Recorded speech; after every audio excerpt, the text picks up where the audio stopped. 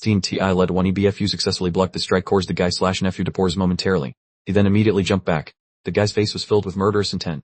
One of his legs had already been severed by Ti led 1EBFU. But immediately after, his leg grew back. He looked at Ti led 1EBFU's radiating aura and couldn't help but exclaim, "This kid, he suddenly became too strong." Ti led 1EBFU was also surprised by his own strength. He raised his hand, gathering the power of the galactic universe, and exclaimed, "This is the universal power that a martial emperor can sense. But why is this such a huge difference compared to when I used the Kankan talisman before?" He immediately emerged from Ti led 1EBFU's body and explained to the naive kid, "You originally only had simple power reinforcement. With my support, you can synchronously increase your cultivation level. Through my integration, you can quickly increase at least one level. I didn't expect that in this lifetime, I would still have the chance to protect the world alongside a hero." Upon hearing this, Ti led 1EBFU also couldn't help but joke along. "Wait, were you a ghost possessing me?" "Oh no, I'm not pure anymore." He explained, "This is my innate talent. Through fusion, I can increase the strength of your soul. Using the soul as the foundation, I increase your cultivation level from the inside out." While they were talking, the ghost battlefield suddenly attacked with a rumbling sound. The two sides fought fiercely with loud roars. "You weren't exaggerating, I truly have caught up to his speed.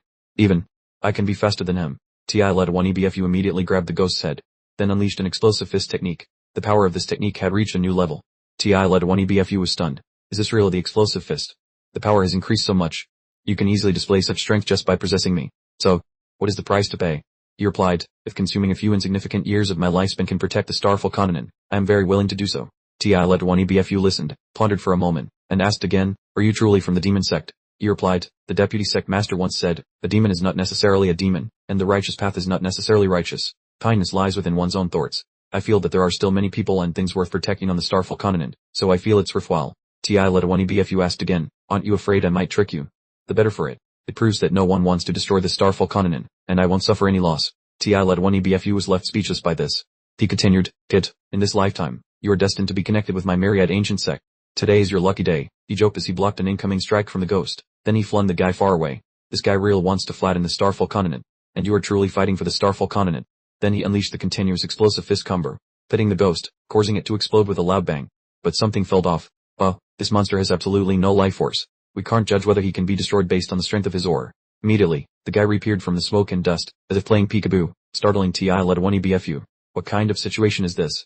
The single explosive fist just now could almost kill him, but now after hitting him so many times, he isn't hurt at all. After that, an intense and chaotic battle ensued between Zyro and the ghostly entity. The opponent explained to Zyro, "No matter what technique you use, you can only kill me once. Identical techniques have no effect on me." Zyro listened and responded with a friendly smile, "This must be your power of immortality and indestructibility, eh?" He immediately unleashed the Scarlet Peak blazing flame slash, chopping off the opponent's arm. Then he sliced the opponent's body in two. But he still couldn't kill him. His body slowly healed as he boasted, "Cherish this final arrogant moment before you die. When you run out of techniques, that will be your day of death." As he was rambling, Zyro unleashed the mountain-splitting fist. The attack landed with a thud, like swatting a mosquito. He exclaimed, "Is this person immortal and indestructible? If so, haven't we already lost?" Zyro replied, "It seems you are merely a possessing spirit, without memory resonance of me. In that case, I'm completely relieved." After that punch, the ghostly entity was reduced to dust. But the opponent quickly regenerated his body and exclaimed, "Damn, that hurt. Unshattered, yet I've also figured out your true strength. Your foundation relies on fire and brute force." While he was rambling, Zyro placed a friendly hand on his face and sighed, "My dear, you truly haven't seen much of the world. I don't blame you, but it's inappropriate to use your shallow understanding to guess at my unfathomable depth. However, next, allow me to open your eyes. Or rather, show you what I'm truly capable of. Promise me, you must hold out for just a little longer, okay?" While speaking, Zyro pulled out countless magical artifacts and introduced them with a friendly laugh. A long-running, epic fantasy drama with a huge production budget, adapted from a true story. 18+, bore, balance, and humor. 100,000 ways to die after offending the most ancient strongest sect. Action. Hearing this, the opponent instantly got scared. Immediately after, the opponent was split in half. Then he quickly healed again. Then he counterattacked against Zyro, causing Zyro to be pushed back dozens of meters. Zyro sighed, after using the Jade Dragon asking Heaven Sword to slash him. The damage from the Azure Dragon Crescent Blade also decreased significantly. It seems that not only can I not reuse identical techniques, but the effectiveness of similar techniques is also diminishing. I hate enemies who still won't die even after follow-up attacks. After that, both sides charged back into battle. Zyro fought while thinking to himself, after easily suppressing him at the beginning, "This divine punishment gradually nullifies my techniques. If my battle strength wasn't slightly higher, I fear I would have already lost. I originally thought, since this is my first battle after reaching the mid-level Breaking Void realm, I wanted to save some face. But you refused to obediently die, so don't blame me for making you lose face." As he spoke, he grinned as despicably as possible while pulling out the pointing at rivers and mountains technique to unleash the great anal penetration art. Meanwhile, the opponent, unaware of what was about to happen, charged forward fiercely. Then, what was coming arrived. The opponent's eyes widened and turned completely white. Somewhere between two buttock-like hills lay a deep crevice. A chrysanthemum was stretching itself. Parman relaxed. Suddenly, it saw something flying towards it. It was massive, blazing hot meteorite. Rushing down. Then plunged, completely shattering the butt crack between the two butt cheeks. Everything was shattered and destroyed.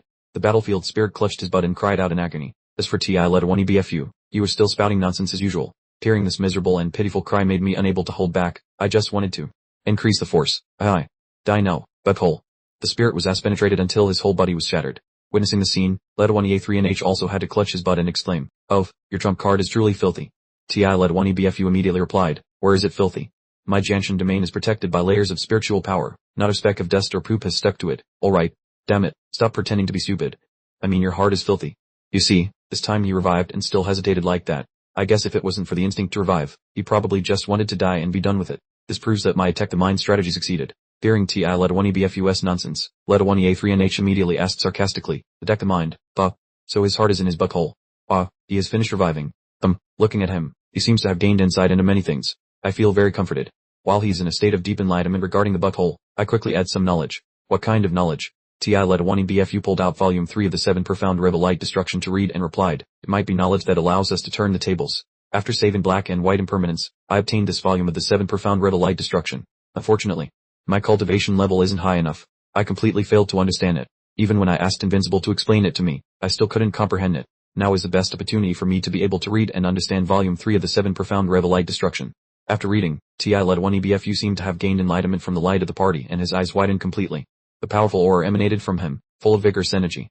Seeing this, Led1EA3NH immediately reminded him, Pay, old master, your movements are too extravagant. Aren't you afraid of waking at that divine punishment?" Ti-Led1E BFU immediately explained, 7 Profound Revelite Destruction. The first strike uses force to break skills, using extremely compressed spiritual power to destroy everything, like a raging bull. The second strike allows spiritual power to flow like water, moving according to one's will, like a flood dragon filling the sea. And this third strike, while torquing, the spirit on this side had recovered from his butt pain and attacked. Led1EA3NH immediately urged him, "Old master, snap out of it quickly. Divine Punishment has regained consciousness. He's attacking." Ti-Led1E BFU coalesced into a golden rock and continued, "This third strike, like a golden rock merging with the sky, speed like the wind, an aura that defies heaven. Got him." But the spirit still stood frozen, looking rather foolish. Led1EA3NH immediately asked, "Your move had a huge momentum, but it seems to have dealt no damage. Not only is Divine Punishment unharmed, but even the ground wasn't punctured with a single hole." Ti-Led1E BFU explained, "Because this move isn't for direct damage, but lies in defying heaven." At this moment, voices constantly echoed inside the battlefield spirit's head. Didn't this old man already die? Why do I still have feelings? Wasn't I destroying the battle flag of the Xuanyuan clan? Why can't I feel my demonic aura? I was watching a noodle review. How can scum with such small fighting power defeat me? Bruise it.